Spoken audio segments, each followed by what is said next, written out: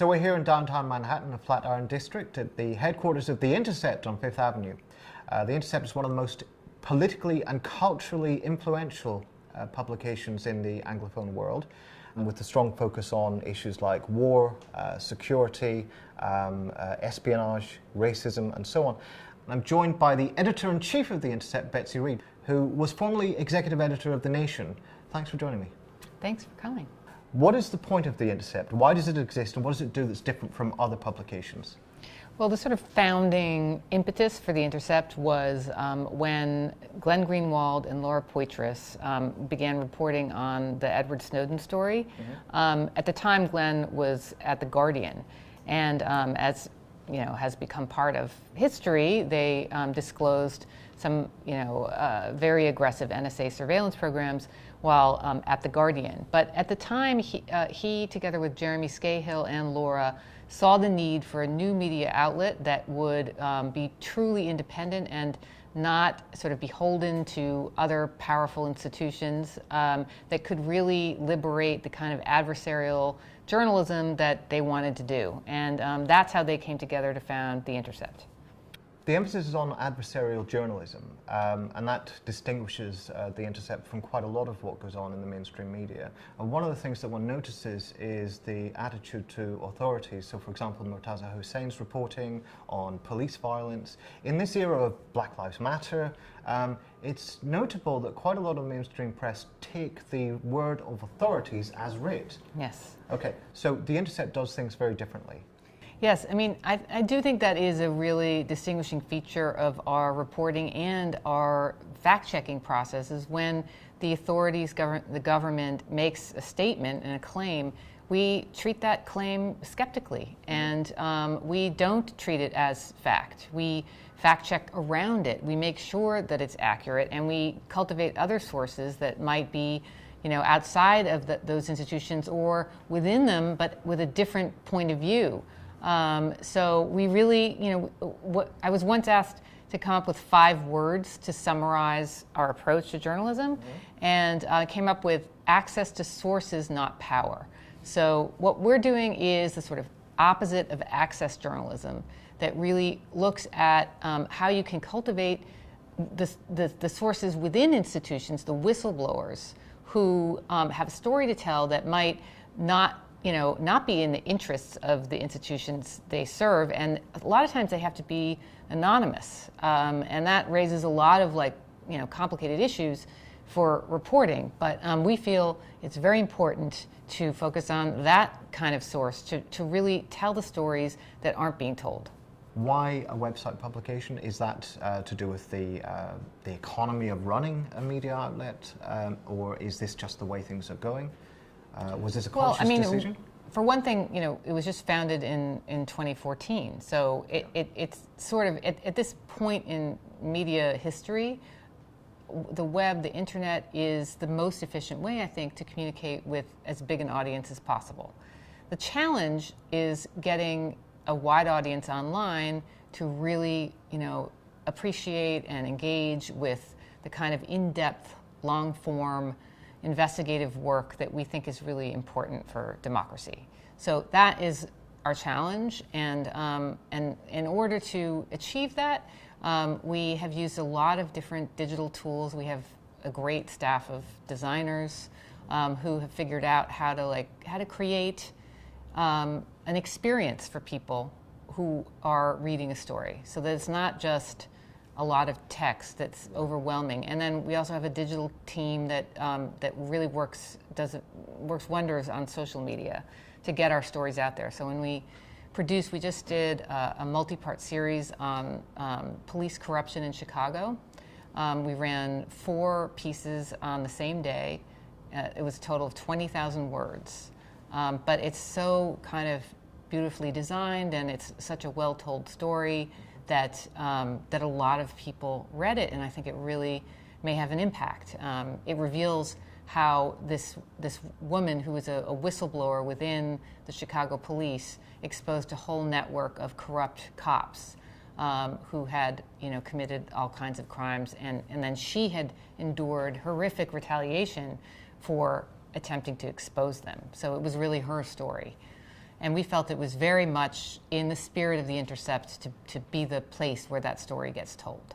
So I wanted to ask about the politics of The Intercept, whether there is a specific political line or drift. I mean, I know that you've got some background in progressive journalism, Jeremy Scahill does. Is this something that The Intercept sees itself as doing, or is it trying to take a step back from any kind of formal political commitment? That's a really interesting question because I think, there is a certain, we do have a tolerance for a certain degree of ideological diversity on the staff. We don't enforce a particular ideological line. So there are, we'll run articles that will have very different views of, very controversial issues. But I think we are united by a certain common set of values about human rights and justice and anti-racism, and really, I mean, what it kind of boils down to in terms of global politics is, the equal value of human life wherever it exists, right? And I feel like that is something that also distinguishes The Intercept from a lot of other U.S. outlets that really have, a bias toward American perspectives and American lives. So, I mean, I do think there is those core set of values that unites us, but within that, there are definitely different views and perspectives. And we don't pretend that journalism is impartial, right? We allow our writers to have a perspective as long as it's well-grounded in fact and can be supported through, a strong argument.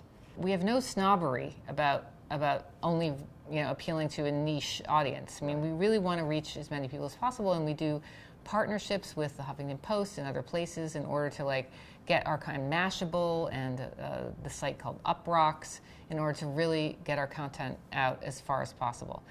One more thing to mention is that Reddit has also been a great source for us of traffic and exposure.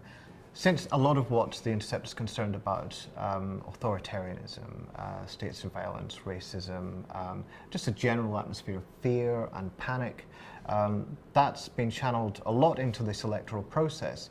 Now, most people think of that in connection with someone like Donald Trump, but The Intercept hasn't just joined in the attacks on Donald Trump, which in some ways are quite easy. It's been highly critical of Hillary Clinton and of her cozy relationship to the press is one of the things that's been brought up. Why is that? We do feel it's important to hold both parties accountable. So when we cover Hillary, we want to expose what her commitments actually are to the donors, to the Wall Street supporters that she has, because and this is not just Hillary's fault, right? It's not intended to be a personal attack on Hillary. It's a predicament of any leading Democratic candidate for president. That when they run in the primary, they need to sort of sound more progressive to rally the Democratic base. But at the same time, they have to do this dance for donors in order to raise the money that allows them to compete in the general election. So we see it as our role to reveal that. We're really committed to the way that transparency can create accountability. So from the beginning with Hillary, we saw that she was on the speaking tour and raising, she earned as much as $22 million in speaking fees after leaving as Secretary of State.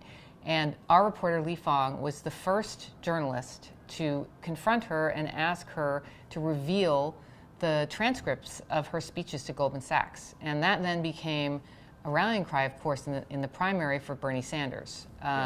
So, we saw it as our role to ask for her to be more transparent so that we could hold her accountable to the principles that she herself was articulating.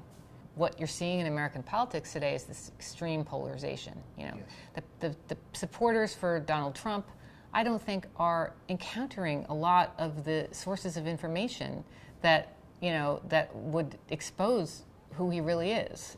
So you have a lot of really great reporting being done by a lot of respected journalists on Trump, but it doesn't seem to be reaching the people it needs to, or it's not having the impact one would hope. If you look at the way the polls have not, he's definitely been dragging, but it's not to the degree that you would expect, given just how extreme his behavior has been, and also just the cascade of scandals and revelations about his campaign. So I think that does show that there is a polarization problem, and we want to reach whoever we can with the kind of the information we believe is important for them to know. So much information that is now circulating online is not verified. It's from these sites that just kind of propagate rumors, and there's a lot of anti-Hillary stuff out there that's totally not factual. And so we see it as an important responsibility we have to be incredibly rigorous about our fact-checking standards, and to try to get verified information out to as wide a public as we can. Betsy Reed, thanks for being here. It's been great talking to you.